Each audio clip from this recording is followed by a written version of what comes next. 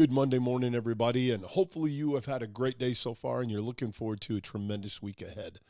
Now, today on the ministry table, I want to start by asking you a question. What are the principles by which you operate your ministry? What are the core thought process? What are the principles that inform all of the things that you do? Basically, what is the why for what you do? Now, many of us could delineate different rules we go by or different things that tell us what we should do, but do we know why? You see, rules as opposed to principles, well, rules give us the what, whereas principles give us the why. Rules will limit, whereas principles will give us freedom. Rules will stunt growth and they'll atrophy your mind, your thinking, your creativity, whereas principles, well, they develop thinking and they invite imagination and they lead to a really purposeful productivity. You know, as a ministry leader, you should know the why of what you're doing. If you do so, it'll help you out in several ways. First of all, it'll help you stay focused. It'll keep you from wasting time and energy on things that might be good, they might be cool, but they're not really in line with your mission. So it helps you stay focused. Secondly, knowing your principles by which you operate will give you freedom. And you might say, what do you mean freedom? Well, it'll allow you to look what other people are doing without simply copying them. You see, God has called you to do something. God has given you a specific call. And yes, though it's wise, the Bible says that wisdom is found in many counselors. Though it's wise to look around and see what other people are doing to get some best practices, God hasn't called you just to copy somebody. He's called you to follow him. And if you know the principles by which you operate, it gives you the freedom to, though while you're looking at others, stay true to his call. Knowing your principles also allows you to have clarity. When you're working with staff and with volunteers, it's extremely important that they understand the why of what you're doing. It's easy to give them rules, but that can become confusing. It's much better to give them the why, because then they can begin to understand what it is they're doing, and they'll be able to figure out the reason for the different rules. Secondly, when they come into a situation for which you haven't given a rule, if they understand the why, if they get the principles, then they'll know how to handle it without you giving a specific rule. And then third, it'll allow them maybe to even have input into the ministry.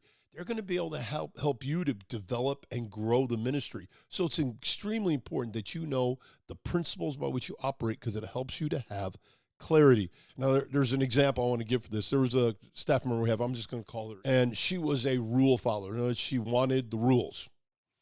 And one of the rules we had given was that a female volunteer could not drive a male volunteer home, and vice versa. Male couldn't drive a female. Well, when you've got a carload of people, sometimes you're going to be in a situation where, yeah, you've had a couple guys and a girl in the car with you if you're a lady, but as you drop them off, you may have just a guy left. So she go, okay, what do I do in that situation? Well, rearrange your route. Okay, but how many? Is it okay if I have two guys in the car and me? Because then at least there's somebody else. Well, I wouldn't. Okay, but what about if when I drop off that second guy that I'm only in the car with the one for maybe 2 to 3 minutes? What would be the limit? These are all the questions she was asking, and we were like, stop. Okay, you're missing the principle. So you see, when you have people that are just operating under the rules without understanding the principles, you're going to get into a lot of crazy conversations and into difficulties.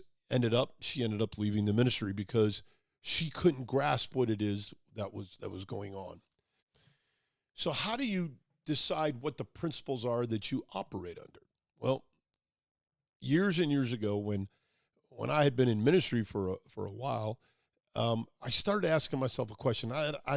gotten into a confusing time. I didn't have a lot of clarity about where we were going and what we were doing moving forward. And so I was like, okay, if someone came up to you and asked you, Chad, how you do what you do, what would be your response? And it got me to thinking.